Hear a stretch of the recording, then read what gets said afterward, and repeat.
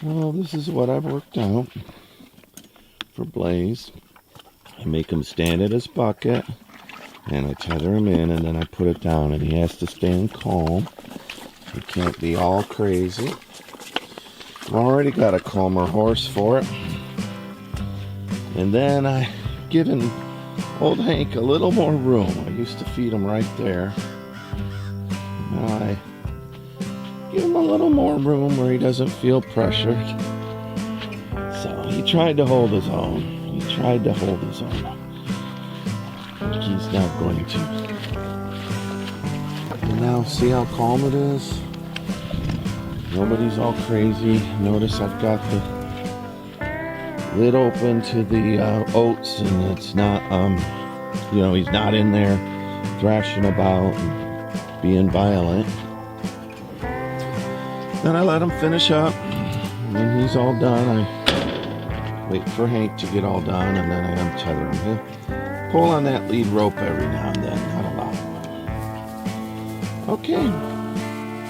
And that's how you train a horse. Consistent, considerate. You just do some horse whispering. Notice how much more calm he is. Just super calm.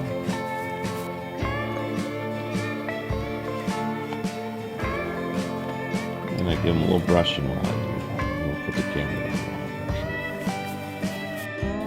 Alright, there you go. See, I let him off the... He's not even on the lead rope. He's just minding his own business. That's not bad. Day 2 for training.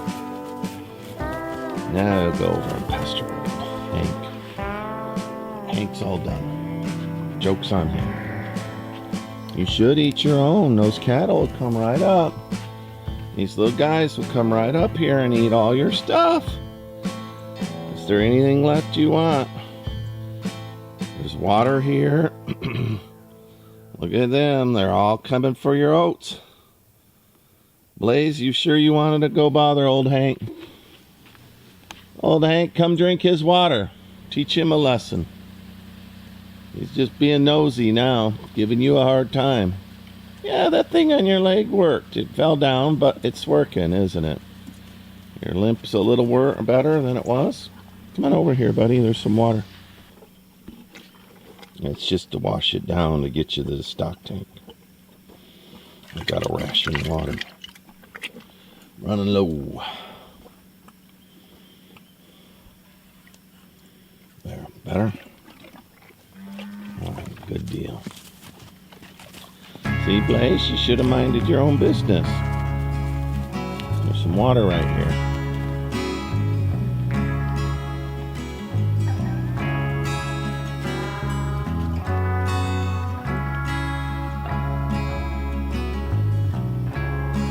It's just my work table. You guys knock it down every now and then I don't have my tools. But I'm going to clean this all up this weekend. Yes, I am. Yes, I am. It's just water. Go ahead. You might as well drink. You're not thirsty? Not at all. It's like your little mineral block.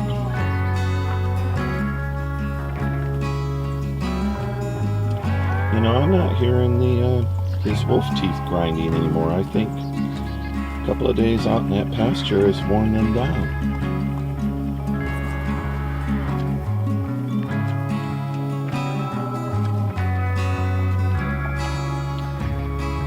Almost a totally different horse. Look, I can walk up to him while he's eating. He doesn't freak out. He probably grabs his halter. Whoa. There. He's teachable now. Good boy. Go run them cattle out of there. Go run them cattle out of there. They don't have a right to mess with your stuff. Yeah, that's where the oats are kept. I mean, Hank could team up, probably get that lid open now.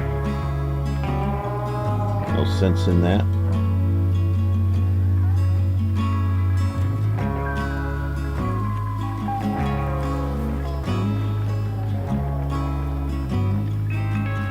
Don't look at me. I'm not going to bail you out. I'm not bailing you out.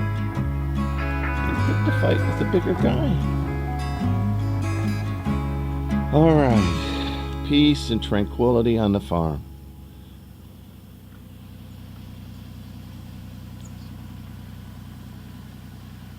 Let me talk a little bit about attitudes of horses. And look at that. It comes right up to me. That's Blaze right there. Attitudes of horses in Texas. Listen, I've met too many cowboys that they're always, I'll teach that horse, I'm the boss. I'll teach that horse, I'm the boss. If I would have got on Blaze the first day with that attitude and brought cruelty, he will remember that much longer than the way that I was. Quiet voice, a little firm action. I pushed him when I needed to. I stayed in control, but I was careful not to get kicked. I kept myself safe. I still keeping myself safe. I don't go behind Blaze's rump. Not yet. But 2 days training. That's all it took. And look how calm I have, right? They went from warring to now calm. It's just so wrong. I hate it when old Hank was abused. The fella that we got that horse from was not a nice man either, and half starved too. So the drought, old Blaze is a little lean. Of the drought, there's nothing to graze. I got 30 acres here. These cattle and these horses, I'll graze it all down. In October, I'll have rain. But more important than any of that, stop bullying your horses.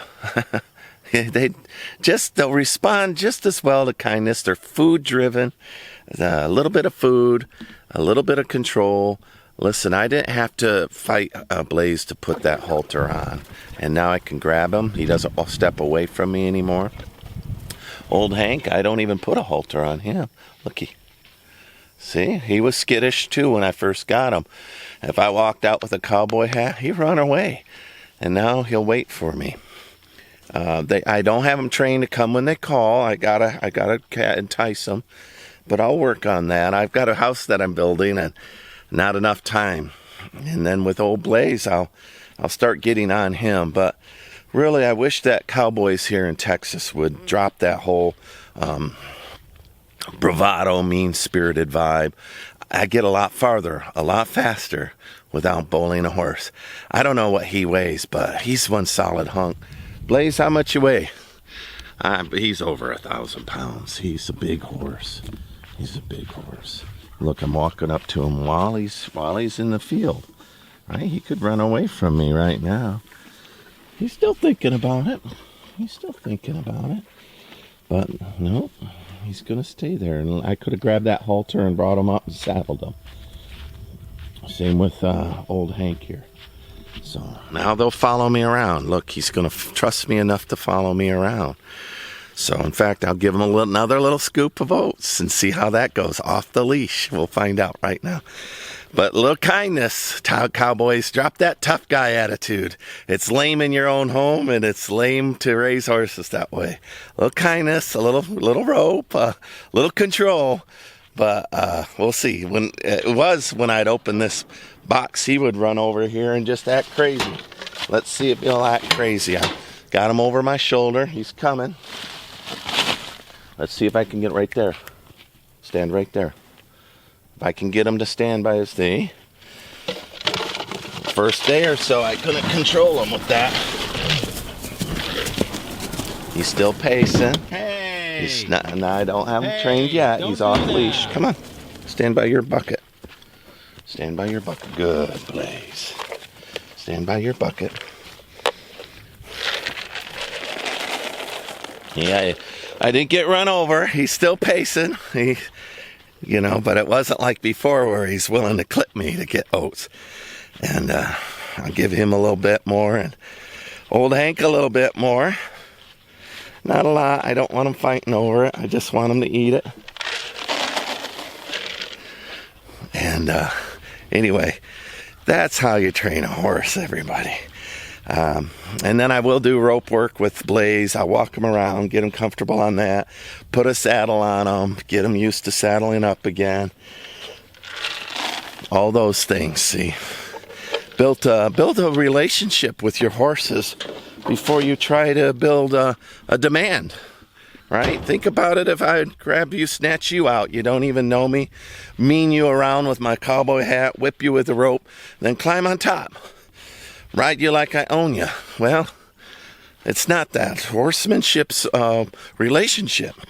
You build a relationship with a horse, and I'm not going to be too high on the horse. There are some horses that cannot be broke, and there's some horses you got to get a little rough with, because that's where they're at, right? They're into the whole the power thing, but you don't normally have to do that. And look, get them two to be in peace and harmony with just a voice and a little smarts. You're always smarter than a horse. You're not stronger, but you're always smarter than a horse. All right, Steve, 1,000, you're home.